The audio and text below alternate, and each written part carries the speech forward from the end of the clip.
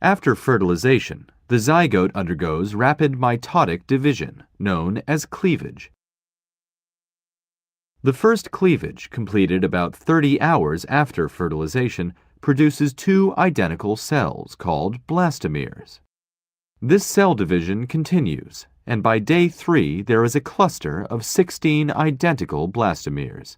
This is known as the morula. The morula enters the cavity of the uterus around day 4.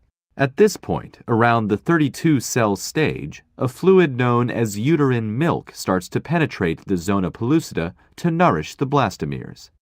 The blastomeres continue to divide, and as more uterine milk enters the morula, they develop a central fluid-filled cavity known as the blastocyst cavity or blastocele. Around day 5, after the development of the blastocyst cavity, the developing embryo is known as a blastocyst.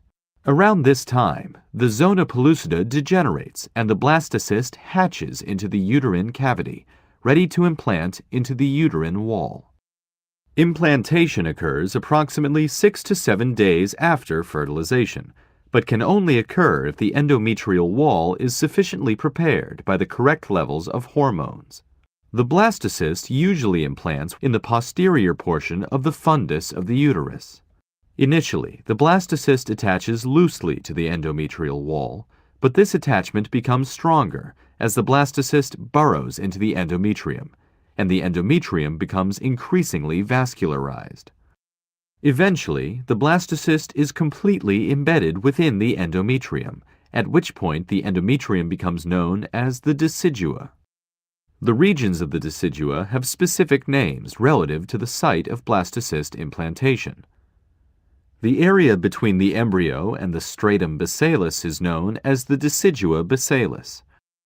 The area between the embryo and the uterine cavity is the decidua capsularis, and the remaining area is known as the decidua parietalis.